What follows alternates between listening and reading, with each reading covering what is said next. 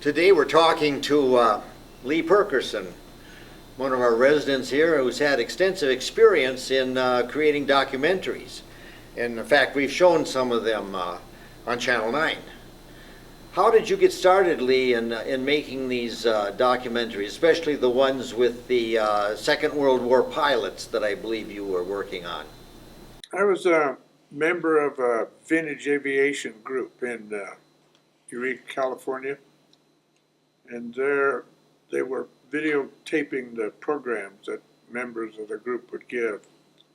And their videographer quit for some reason, and they asked me to videotape or video record the meetings that they were having every month. So over the years, I collected quite a few interviews and would sometimes edit them, sometimes not, at least minimally, and those went into the archives of the club. Then I attended a talk at the Senior Resource Center of a World War II P-38 pilot that participated in the Yamamoto mission, and subsequently he did a program also at the Vintage Aviation Society.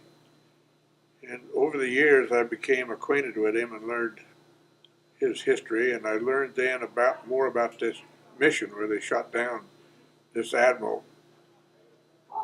And I learned about a couple of other pilots who flew that mission. There were 12 or 14 pilots that flew P-38s on that mission. One of them was living in San Rafael and shot down the second bomber.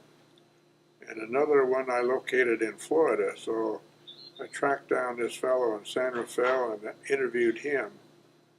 We never did get to the Yamamoto mission. We talked about his life or experiences on Guadalcanal prior to that mission, and it took me about a year to edit that program. I gave him and his family a copy, and he wanted to do a second interview, but before we got that second interview, he passed away. So then I went to Florida and interviewed another of the pilots. And unfortunately, during that interview, unbeknownst to me, the video camera failed, so that the audio track failed completely.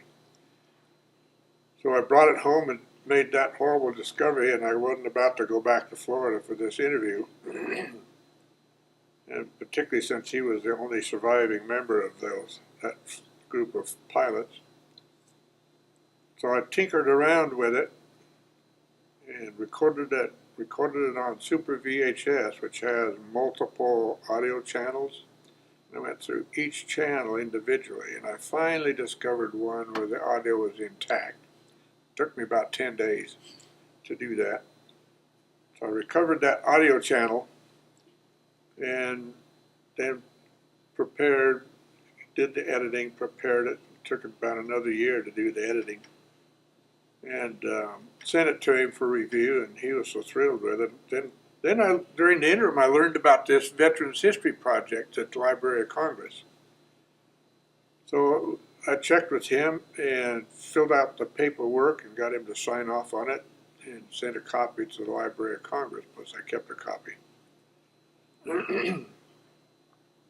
Then there were some other members of that aviation society that had interesting backgrounds who had not given programs, or at least not while I was a member of the group. So I interviewed some of them and also sent copies of those interviews to the Library of Congress.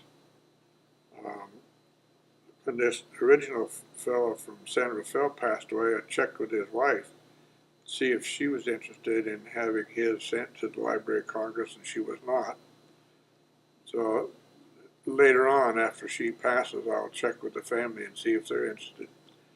And I was visiting a cousin in Coos Bay, and she learned of my interest in interviewing people someplace along the line. She said, "Oh, I know a P-47 pilot that flew in the Pacific."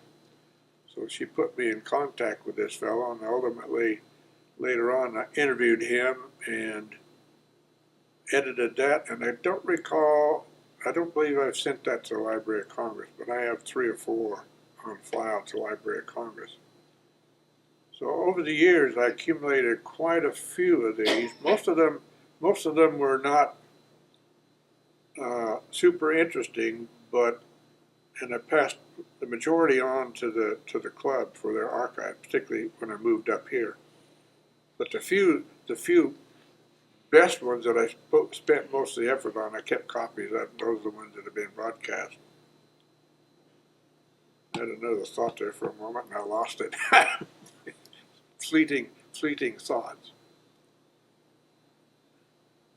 So I've not done that much here, although there are a couple of people that I would like to interview who have very interesting backgrounds.